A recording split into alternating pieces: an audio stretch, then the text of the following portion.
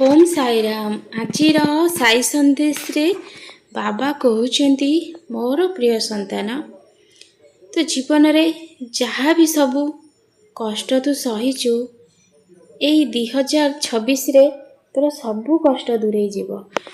तो सांगे जो माने अन्याय करिसंती तते दुख देइसंती तांकर 2026 रे दुखर समय आसी जीव संतान।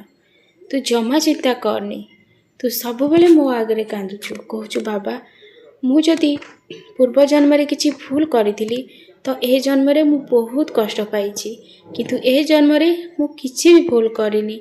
आ जो माने मो सहित अन्याय करिसंती से माने जदि दंड न पाइबे ताहेले से माने पुणी आउ काहाकू कष्ट देबे, जदि से कष्टर मूल्य कोन बुझी पारिबेनी।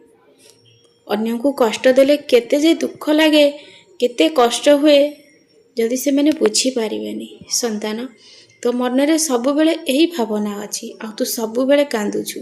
संतान मु तते कथा देउछि तू निचे देखिबू कर्मफल केमिति भोगिबाकू पड़े। व्यस्त होनी तो आखिर लुह को पोछि दे। एबे तू सब बेले मंत्र जपरे निजको बुड़े की रख। संतान सब बेले मंत्र जप कर, मन मंदिर रे गोटे भगवान को बसैकी तांको मंत्र को सब बेले जप कर। देखिबू सबू विपद दूरे जीव। जीवन रे तू बहुत खुशी और आनंद रे रहिबू। निजको मोह माया ठारू दूरे की रख। संतान एते मोह माया रे पसनी। संतान ए संसार को आसीचु निजर कर्तव्य कर, किंतु निजको सब बेले भगवान को पाखरे हजेई की रख। तते सेतिरे बहुत आनंद मिलिबो।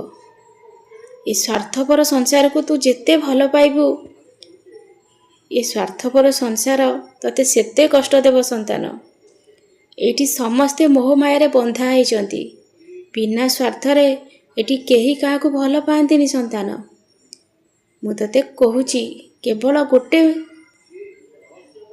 गोटे ईश्वर से होउचंती भगवान, से ही समस्त को भल पाती आउ निजर संतान भावी कोले नियंती। से जणे से होउची भगवान। तांको सबले पूजा पाठ कर, निज मनर कथा तांको पाखरे कह, से निश्चय दुख सुनिबे। से केबे भी तो आखिर लुह को अणदेखा करिवेनी। संतान आउ लोक मानक पाखरे कांदिले से माने हसीबे, तो आगे रे तो बहुत कथा कहिबे। सतरे तू कांदना भगवान अछंती, किंतु पछरे जाई कहिबे ठीक हेइची, ताकू तो सेया दरकार थिला। एमती सब बेले कांदु थाओ, से बहुत मजा उठेबे। सेथिलागि कहूची संतान कहा पाखरे निजर मनर कथा को प्रकाश करनी। जहा कहबार अछि ईश्वर को पाखरे कह।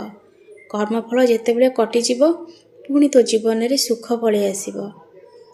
तू जदि कहार किछि अन्याय करूनु ताहेले तो सहित भी किछि अन्याय हेबनी। संतान तो जीवन बहुत सुख और आनंद रे कटिबो। तू व्यस्त होनी। संतान आज तू मोर साई सच्चरित्र गोटे अध्याय निश्चय पाठ करिबू, आ तू निजे जानि पारिबू बाबा ए कथा काहेकि कहिले। मोर कष्ट निवारण मंत्र को सबुदिन 9 थर शुणिबू। गुरुवार आरंभ करिबू 9 दिन, सेथिरे तोर बहुत बड़ मनस्कामना पूर्ण हेब। संतान व्यस्त हनी, मु अछि, किछि चिंता करनी, सब ठीक है।